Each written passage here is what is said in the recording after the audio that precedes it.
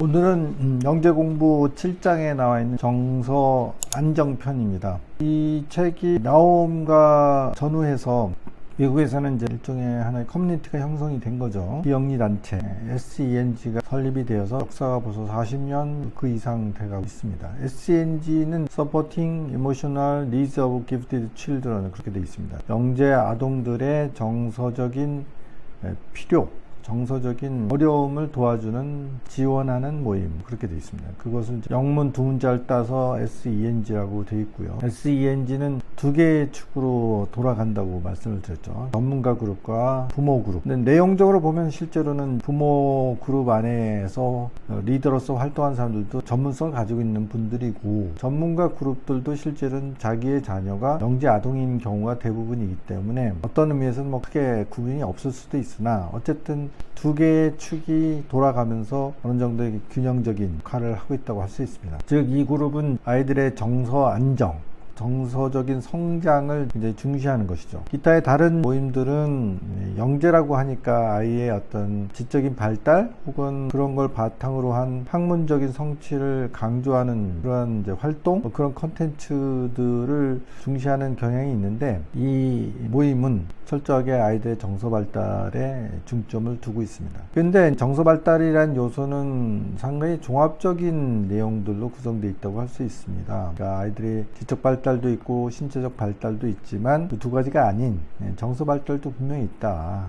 그래서 그것을 강조하는 문장으로 바꾸면 아이가 아무리 영재성을 가지고 있다 하더라도 아이들의 행복한 유년 시절을 빼앗아서는 안 됩니다. 아이들이 유년 시절을 통해서 아이로서의 경험, 아이로서의 풍부한 정서적 경험을 함으로 해서 완성된 인격이 될 수 있도록, 그리고 당연히 그 시기에 누려야 될 여러 가지 즐거움과 기쁜 일들, 행복함을 느껴야 된다는 것이죠. 근데 그대로 두어서 그런 것들이 저절로 경험하게 되는 것이 아니라 이 아이들의 특별한 특성들을 이해하고 그 특성에 맞춰서 환경을 조성해 줘야 된다는 뜻이죠. 그런데 과연 이 아이가 독특한 굉장히 강력한 지적 특성을 가지고 있기 때문에 생기는 문제인지 아니면 다른 문제인지 구분하기가 쉽지 않다는 데 어려움이 있습니다. 근데 아이가 뭐 영재이거나 영재가 아니거나를 떠나서 아이들의 어떤 정서적인 성장, 그리고 행복한 혹은 마땅히 누려야 될 적절한 수준의 유년 시절의 경험들과 추억들을 아이가 누리고 있는지를 판단할 수 있습니다. 실제로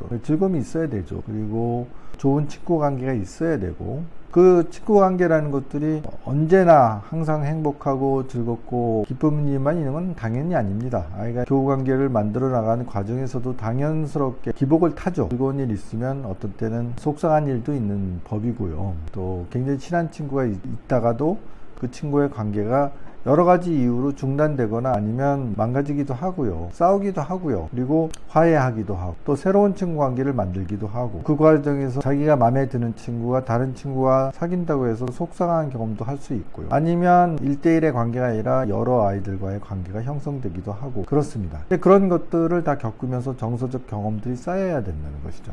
근데 이런 아이들을 이제 양육하는 이제 부모의 입장에서 정서적 안정, 정서적 발달을 어떻게 도와줄 것이냐, 어떤 점들을 주안점을 가져야 될 것이냐들을 상당히 교과서적인, 원론적인 입장에서 정리한 것이 여기에 한 챕터로 정리되어 있습니다. 여기서 강조하고 있는 내용들은 사실은 의사소통입니다. 아이하고 의사소통이 되고 있느냐, 어떤 이유로 해서 어떤 사건들로 해서 아이가 입을 다물어 버렸어요. 부모하고는 얘기를 안 하려고 해요. 아니면 자기의 속마음을 열지 않으려고 해요. 뭐 이런 어려움들을 호소하는 부모들이 굉장히 많습니다. 그리고 그 이유가 무엇인지 잘 이해하기가 어렵고요. 또 별것도 아닌데 얘가 과민하게 반응해요. 이런 것들일 수도 있어요. 그렇기 때문에 이 특별한 특성을 가지고 있는 이 아이들을 양육하고 있는 부모들은 보통의 부모들보다 훨씬 유연하게 대응할 수 있어야 됩니다.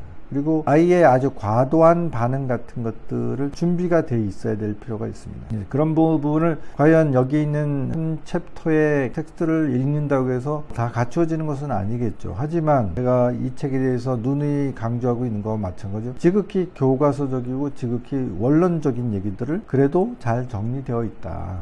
그래서 이 책을 읽으면서 혹은 정리하면서 부모들이 그런 부분들을 자기 점검을 하면서 지속적으로 강화시키고 준비해야 될 필요가 있습니다. 그런 의미에서 어떻게 보면 지극히 중요한 원칙적인 얘기들이 담겨져 있고요. 그래서 이 텍스트를 그냥 읽어 나가게 되면 너무 뻔한 얘기, 지루한 얘기, 크게 도움이 안 된다 이렇게 느낄 수도 있습니다. 하지만 관련된 질의응답 내용들을 좀 천천히 읽어보면서 내가 경험하고 있는 아이하고의 그 양육 과정에서 겪었던 여러 가지 경험들을 한번 되새겨 볼 필요가 있고요. 그 다음에 그러면 어떻게 대응할지에 대해서 생각해 볼 수 있는 구석도 있습니다.